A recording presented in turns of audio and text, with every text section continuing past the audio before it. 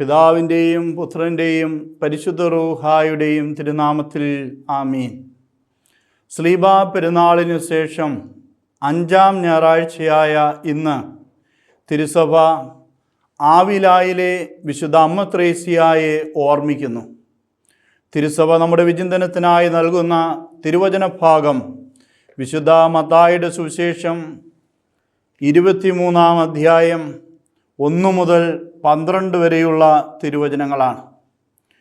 യേശു ജനക്കൂട്ടത്തോടും തൻ്റെ ശിഷ്യന്മാരോടും അരുളി ചെയ്തു, നിയമജ്ഞരും ഫരീസേയരും മോശയുടെ സിംഹാസനത്തിൽ ഇരിക്കുന്നു. അതിനാൽ അവർ നിങ്ങളോട് പറയുന്നതെല്ലാം അനുസരിക്കുകയും അനുഷ്ഠിക്കുകയും ചെയ്യുവീൻ. എന്നാൽ അവരുടെ പ്രവൃത്തികൾ നിങ്ങൾ അനുകരിക്കരുത്. അവർ പറയുന്നു, പ്രവർത്തിക്കുന്നില്ല. അവർ ഭാരമുള്ള ചുമടുകൾ മനുഷ്യരുടെ ചുമരിൽ വച്ചു കൊടുക്കുന്നു. സഹായിക്കാൻ ചെറുവിരൽ അനക്കാൻ പോലും തയ്യാറാകുന്നുമില്ല. മറ്റുള്ളവർ കാണുന്നതിന് വേണ്ടിയാണ് അവർ തങ്ങളുടെ പ്രവൃത്തികളെല്ലാം ചെയ്യുന്നത്. അവർ തങ്ങളുടെ നെറ്റിപ്പട്ടങ്ങൾക്ക് വീതിയും വസ്ത്രത്തിൻ്റെ തൊങ്ങലുകൾക്ക് നീളവും കൂട്ടുന്നു.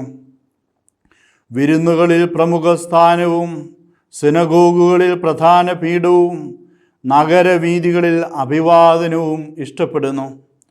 റബ്ബി എന്ന് സംബോധന ചെയ്യപ്പെടാനും ആഗ്രഹിക്കുന്നു. എന്നാൽ നിങ്ങൾ റബ്ബി എന്ന് വിളിക്കപ്പെടരുത്. എന്തെന്നാൽ നിങ്ങൾക്ക് ഒരു ഗുരുവേ ഉള്ളൂ, നിങ്ങളെല്ലാം സഹോദരന്മാരാണ്. ഭൂമിയിൽ ആരെയും നിങ്ങൾ പിതാവെന്ന് വിളിക്കരുത്. എന്തെന്നാൽ നിങ്ങൾക്കൊരു പിതാവേ ഉള്ളൂ, സ്വർഗസ്ഥനായ പിതാവ്.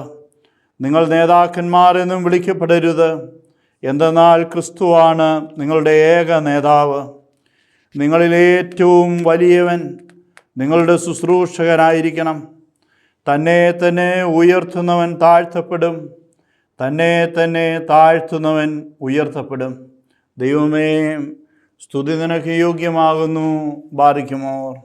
23-ാം അധ്യായം 1 മുതൽ 12 വരെയുള്ള തിരുവചനങ്ങൾ യേശു ജനക്കൂട്ടത്തിനും ശിഷ്യന്മാർക്കും നൽകുന്ന മുന്നറിയിപ്പാണ്. യേശുവും ഫരീസേയ ജീവിതശൈലിയും തമ്മിൽ അഭിപ്രായ ഭിന്നതകൾ ഉണ്ടായിരുന്നു. മത്തായി സുവിശേഷകൻ്റെ സുവിശേഷ രചനാ കാലഘട്ടത്തിലും ഫരീസേയരും മത്തായി പ്രതിനിധാനം ചെയ്ത സഭയും തമ്മിൽ കടുത്ത ഭിന്നത നിലനിന്നിരുന്നു. 2 കാര്യങ്ങളാണ് യഹൂദ നേതൃത്വത്തെ കുറ്റപ്പെടുത്തുക. 1, വാക്കും പ്രവൃത്തിയും തമ്മിലുള്ള വൈരുദ്ധ്യം. 2, കാപട്യം, പ്രകടനപരത അഥവാ മറ്റുള്ളവരെ കാണിക്കാൻ വേണ്ടിയുള്ള പ്രവർത്തന ശൈലി. ഈ ബൈബിൾ ഭാഗത്തിന് നൽകപ്പെട്ടിരിക്കുന്ന പേര് തന്നെ നിയമജ്ഞരുടെയും ഫരീസേയരുടെയും കാപട്യം അഥവാ അനുകരിക്കാനാവാത്തവർ എന്നാണ്. 1, യേശു നിയമജ്ഞരുടെയും ഫരീസേയരുടെയും ആധികാരികത എടുത്തു പറയുന്നു.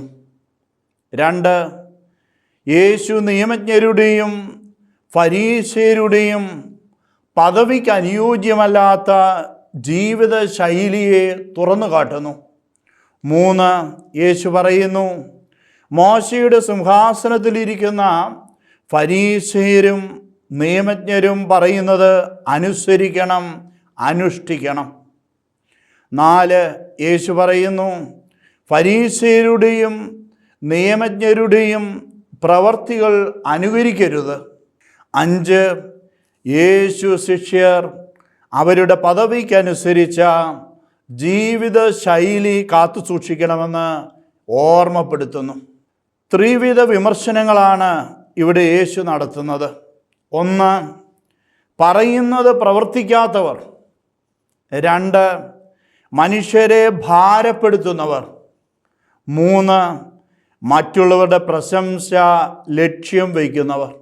എല്ലാ കാലഘട്ടത്തിലും മതജീവിതം അഥവാ ആധ്യാത്മിക ജീവിതം ജീർണത നേരിടുമ്പോൾ നേതൃനിരയിൽ പ്രവർത്തിക്കുന്നവരെ കാർന്നു തിന്നുന്നതും ജനക്കൂട്ടത്തെ വഴിതെറ്റിക്കുന്നതുമായ 3 തിന്മകളാണ് ഇവ.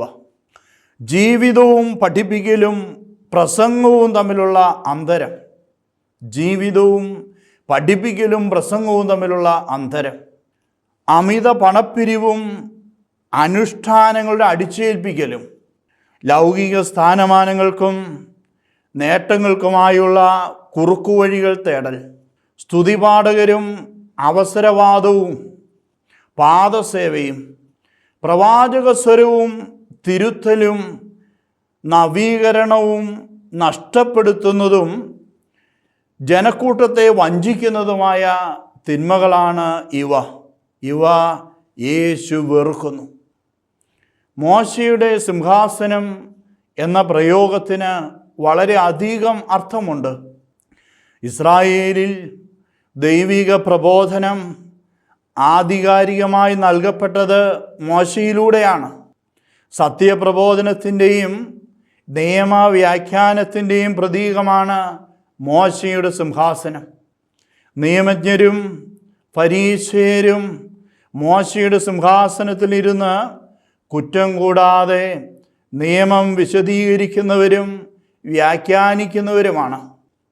ചിലപ്പോഴൊക്കെ ഇവർ നിയമം സങ്കീർണമായി വ്യാഖ്യാനിച്ച് സാധാരണ ജനങ്ങളുടെ മനസ്സാക്ഷിയെ ഭാരപ്പെടുത്തുന്നുണ്ട്. നിയമം ജനങ്ങളുടെ ജീവിതവുമായി ബന്ധപ്പെടുത്തി വ്യാഖ്യാനിക്കാൻ അവർ ശ്രമിക്കുന്നില്ല. നിയമം മനുഷ്യനു വേണ്ടിയാണ്. നിയമത്തിൻ്റെ രക്ഷാകരമാനം നിരസിക്കരുത്. നിയമത്തിൽ അന്തർലീനമായിരിക്കുന്ന ദൈവഹിതത്തിനാണ് പ്രാധാന്യം നൽകേണ്ടത്. ഫരീസേരും നിയമജ്ഞരും നിയമം അക്ഷരാർത്ഥത്തിൽ അനുസരിക്കുന്നവരും അതിനാൽ തന്നെ മറ്റുള്ളവരിൽ നിന്ന് വ്യത്യസ്തരാണെന്ന് ഗൗനിച്ചിരുന്നവരുമായിരുന്നു. സിനഗോഗിലെ നേതാക്കളുടെയും നിയമജ്ഞരുടെയും ഫരീസേരുടെയും പ്രബോധനാധികാരത്തെയും ഭരണാധികാരത്തെയും സൂചിപ്പിക്കുന്ന പ്രയോഗമാണ് മോശയുടെ സിംഹാസനം എന്നത്. കത്തേദ്ര എന്ന ഗ്രീക്ക് പദത്തിൻ്റെ അർത്ഥം കസേര അഥവാ സിംഹാസനം എന്നാണ്.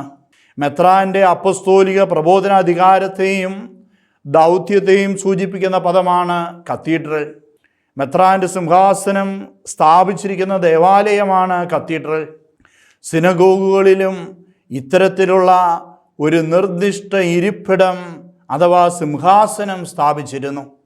ഫരീസേരും നിയമജ്ഞരും നിങ്ങളോട് പറയുന്നതെല്ലാം അനുസരിക്കുകയും അനുഷ്ഠിക്കുകയും ചെയ്യുവീൻ.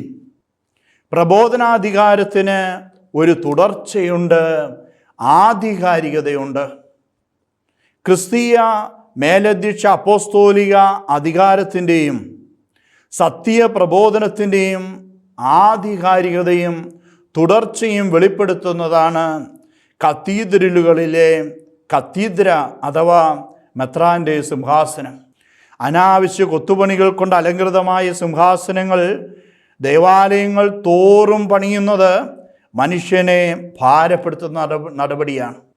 സിംഹാസനങ്ങളെക്കാൾ പ്രധാനം പദവിയും പദവിക്ക് അനുയോജ്യമായ ജീവിത വിശുദ്ധിയുമാണ്. അപ്പോസ്തോലിക സത്യപ്രബോധനത്തിൻ്റെ കാവൽക്കാരും അധ്യാപകരുമാണ് മെത്രാന്മാർ. മെത്രാന്മാരുടെ പ്രബോധന ദൗത്യത്തിലുള്ള പങ്കുചേരലാണ് സഭയിലെ സത്യവിശ്വാസ പഠിപ്പിക്കലുകളെല്ലാം. തിരുസഭയെ നേർവഴിക്ക് നയിക്കേണ്ടുന്ന മെത്രാന്മാരുടെ അപ്പോസ്തോലിക അധികാരത്തിന് പിന്തുടർച്ചയുണ്ട്. അത് ആദരവിൻ്റെയും ബഹുമാനത്തിൻ്റെയും സിംഹാസനമാണ്. കത്തീദ്രലുകളിൽ അത് സംപൂജ്യമായി സൂക്ഷിക്കപ്പെടുന്നുണ്ട്. അവരെ അനുസരിക്കുവാനും ശ്രവിക്കുവാനും എല്ലാവരും കടപ്പെട്ടിരിക്കുന്നു. അവർ നിങ്ങളോട് പറയുന്നതെല്ലാം അനുസരിക്കുകയും അനുഷ്ഠിക്കുകയും ചെയ്യുവീൻ. ക്രിസ്തു ശിഷ്യർ എക്കാലവും സത്യപ്രബോധനം അനുസരിക്കാൻ കടപ്പെട്ട ശ്രോതാക്കളാണ്. സിംഹാസനം സത്യപ്രബോധനത്തിൻ്റെയും അപ്പസ്തോലിക അധികാരത്തിൻ്റെയും പ്രതീകമാണ്. പൗരസ്ത്യ ആരാധനക്രമം മെത്രാന്മാരെ മോർ മോറാൻ എന്നീ പദപ്രയോഗങ്ങളിലൂടെ അവർക്ക് ആവശ്യമായിരിക്കുന്ന ജീവിത വിശുദ്ധിയെ പ്രതിഫലിപ്പിക്കുന്നു. പൗരസ്ത്യ പാരമ്പര്യത്തിൽ മെത്രാന്മാർ സന്യാസ ശ്രേഷ്ഠരായ വിശുദ്ധരാണ്. ഫരീസേരും നിയമജ്ഞരും അനുകരണയോഗ്യരല്ലെന്ന മുന്നറിയിപ്പ് യേശു നൽകുന്നത് ക്രിസ്തു ശിഷ്യർ ജീവിതത്തിൽ കാത്തു സൂക്ഷിക്കേണ്ടുന്ന അനുകരണീയ ജീവിത വിശുദ്ധിയെക്കുറിച്ച് ഓർമ്മപ്പെടുത്തുവാനാണ്. ബഹുമാന്യ പദവിക്ക് ചേർന്ന വസ്ത്രങ്ങൾ ധരിച്ചിരിക്കുന്നവർ ജനങ്ങൾക്ക് അനുകരണീയ പാഠപുസ്തകങ്ങളായിരിക്കണം. പ്രബോധനത്തേക്കാൾ ജനം വായിച്ചറിയുന്നത് ജീവിതമാണ്. വാക്കും പ്രവൃത്തിയും തമ്മിലുള്ള അന്തരം കുറയ്ക്കുന്നതാണ് ജീവിത വിശുദ്ധി. ഫരീസേരും നിയമജ്ഞരും ഭാരമുള്ള ചുമടുകൾ മനുഷ്യരുടെ ചുമലിൽ വെച്ചു കൊടുക്കുന്നു. പുരോഹിത രാജ്യമെന്ന നിലയിൽ വിശുദ്ധ ജീവിതം നയിക്കുവാൻ ഇസ്രായേൽ കടപ്പെട്ടിരിക്കുന്നു. ദൈവാലയ നാശത്തിനു ശേഷം ലേവിയ പൗരോഹിത്യം അന്യം നിന്നു പോയപ്പോൾ പുരോഹിത ശുദ്ധി നിയമങ്ങൾ ജനത്തിനെല്ലാം ബാധകമാക്കി. ദൈവിക നിയമങ്ങളെ അടിസ്ഥാനമാക്കി നിർമ്മിക്കപ്പെട്ട മാനുഷിക നിയമങ്ങൾ ജനത്തിന് ഭാരമായിരുന്നു. വിശുദ്ധ ബൈബിളിൽ എല്ലാവിധ ഭാരങ്ങളെയും നുകം എന്നാണ് വിശേഷിപ്പിക്കുക. മാസ എന്ന ഹീബ്രു പദത്തിന് നുകം, ദർശനം, അരുളപ്പാട് എന്നീ അർത്ഥങ്ങളുണ്ട്.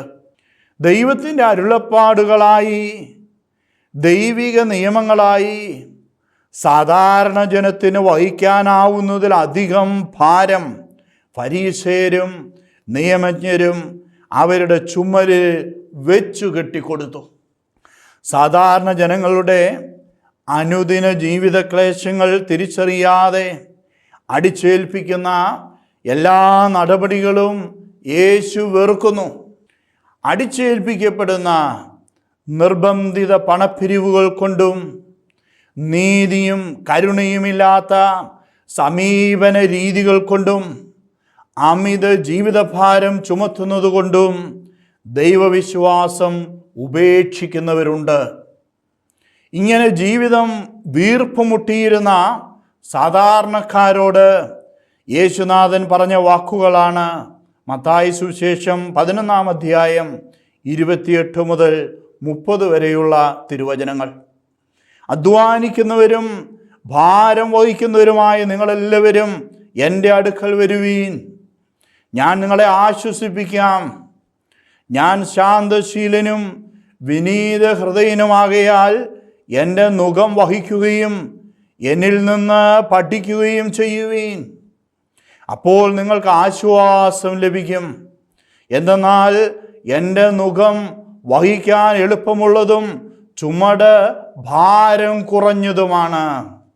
സാധാരണക്കാർക്ക് സമീപസ്ഥരായിരിക്കുക. ജീവിത ക്ലേശങ്ങൾ വഹിക്കുന്നതിന് അവരെ സഹായിക്കുക, അവരെ ആശ്വസിപ്പിക്കുക, നീതിയും കരുണയും നടപ്പിലാക്കുക, യേശുവിൻ്റെ നുകം വഹിക്കാനും യേശുവിൽ നിന്ന് പഠിക്കാനും അവരെ പ്രേരിപ്പിക്കുക. എല്ലാറ്റിലും ഉപരി ദൈവജനത്തെ അടുത്തറിയാൻ തക്കവിധം ശാന്തശീലരും വിനീത ഹൃദയരുമായിരിക്കുക. സാധാരണ ജനങ്ങളെ അടുത്തറിഞ്ഞ യേശുവിൻ്റെ നുകം വഹിക്കാൻ എളുപ്പമുള്ളതും ചുമട് ഭാരം കുറഞ്ഞതുമാണ്. ദൈവാലയത്തിൽ വരുന്നതും ദൈവ ശുശ്രൂഷകരെ സമീപിക്കുന്നതും ആർക്കും ഒരിക്കലും ഭാരമാകരുത്. പദവിക്ക് അനുയോജ്യമായ വസ്ത്രധാരണങ്ങൾ അന്നത്തെ സാംസ്കാരിക പശ്ചാത്തലത്തിൻ്റെ പ്രത്യേകതയാണ്. നെറ്റിപ്പട്ടങ്ങളും തൊങ്ങലുകളും മോശയുടെ നിയമമനുസരിച്ച് രൂപപ്പെടുത്തിയവയാണ്. യേശുവും ഇവ ധരിക്കുന്നുണ്ട്. പ്രാർത്ഥനാ വേളയിൽ യഹൂദർ ഇടത്തു കൈത്തണ്ടയിലും നെറ്റിയിലും വിശുദ്ധ ലിഖിത ശകലങ്ങൾ ഉൾക്കൊള്ളുന്ന ചെറിയ തുകൽപ്പെട്ടികൾ ധരിച്ചിരുന്നു. കാലക്രമേണ നെറ്റിപ്പട്ടകൾക്ക് വീതിയും തൊങ്ങലുകൾക്ക് നീളവും കൂട്ടുന്നത് തങ്ങൾ കൂടുതൽ ഭക്തരാണെന്ന് മറ്റുള്ളവരെ കാണിക്കാനുള്ള മാർഗമായി മാറി. ഈ ജീവിതഗന്ധിയല്ലാത്ത പ്രകടനപരതയെ യേശുവിലെ പ്രവാചക ദൗത്യം വിമർശിക്കുന്നു. വിരുന്നുകളിൽ പ്രമുഖ സ്ഥാനവും സിനഗോഗുകളിൽ പ്രധാന പീഠവും നഗരവീഥികളിൽ അഭിവാദനവും ഇഷ്ടപ്പെടുന്നതും സ്വീകരിച്ചാനയിക്കുന്നതുമായ ഒരു ഔദ്യോഗിക പദവി അല്ല ഫരീസേയരുടേതും നിയമജ്ഞരുടേതുമെന്ന് യേശു പറയുന്നു. കാരണം ജീവിത നന്മ കൊണ്ട് ജനങ്ങൾ ദൈവ ശുശ്രൂഷ പദവികളിലിരിക്കുന്നവരെ ഹൃദയം കൊണ്ട് ആദരിച്ച് സ്വീകരിക്കണം എന്നാണ് ഇതിനർത്ഥം.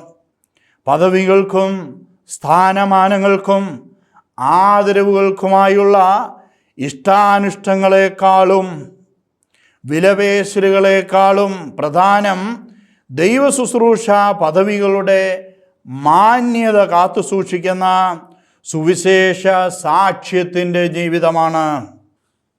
റബ്ബി, എൻ്റെ ശ്രേഷ്ഠൻ, എൻ്റെ ഗുരുനാഥൻ, ഞാൻ മാതൃകയാക്കേണ്ടുന്ന ജീവിതം എന്നീ അർത്ഥത്തിൽ ഗുരുക്കന്മാർക്കും നേതാക്കന്മാർക്കും ലഭിച്ചിരുന്ന ആദരണീയ പദവിയും അഭിസംബോധനയുമാണിത്.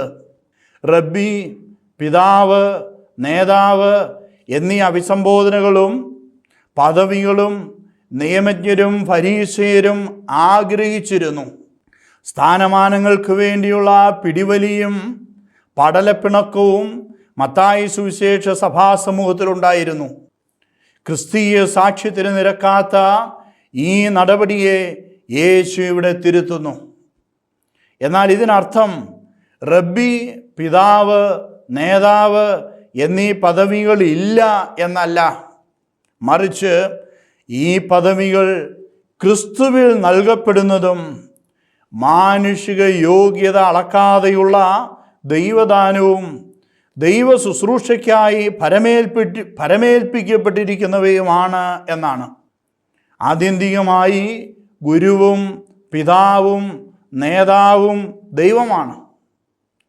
ദൈവപിതാവിൻ്റെ സ്ഥാനം അപഹരിക്കുന്നതും ദൈവത്തിലേക്ക് നയിക്കാത്തതും വിഗ്രഹങ്ങളായി അധപ്പതിക്കുന്നതുമാകരുത് ഈ പദവികളെന്ന് യേശു ചൂണ്ടിക്കാണിക്കുന്നു. ഇങ്ങനെയൊരു അപകടകരമായ അവസ്ഥ പദവികളിൽ ഒളിഞ്ഞിരിപ്പുണ്ട്. അതിനെക്കുറിച്ച് പദവികൾ വഹിക്കുന്നവർ ബോധ്യമുള്ളവരായിരിക്കണം. ദൈവ ശുശ്രൂഷയിലൂടെ ദൈവത്തെയും സുവിശേഷ നന്മകളെയും പ്രതിഫലിപ്പിക്കുകയാണ് ഈ പദവികളുടെ ലക്ഷ്യം. ലക്ഷ്യത്തിൽ നിന്ന് വ്യതിചലിച്ച ഈ പദവികളുടെ ദുരുപയോഗം ഇനിയും ഉണ്ടാകരുതെന്നാണ് ഇതിനർത്ഥം. അധികാരവും പദവികളും ദൈവത്തിൽ നിന്ന് വരുന്നു. ഫലപ്രദമായ ദൈവ ശുശ്രൂഷയും സുവിശേഷ സാക്ഷ്യവും ദൈവരാജ്യ വ്യാപനവുമാണ് അവയുടെ പരമമായ ലക്ഷ്യം. താൽമൂദിൻ്റെ കാലഘട്ടത്തിൽ റബ്ബി വൈകാരികത പേറുന്ന ഒരു സ്ഥാനപ്പേരായിരുന്നു. മിഷ്ന ക്രോഡീകരിച്ച റബ്ബി യഹൂദ ഹന്നാസിയെ സൂചിപ്പിക്കാനായും റബ്ബി എന്ന് മാത്രമായി ഉപയോഗിക്കുന്നുണ്ട്. നിയമം പഠിപ്പിച്ചിരുന്ന എല്ലാവരെയും റബ്ബി എന്നാണ് വിളിച്ചിരുന്നത്. സ്നാപയോനാൻ്റെ ശിഷ്യർ അദ്ദേഹത്തെ റബ്ബി എന്നാണ് വിളിച്ചിരുന്നത്.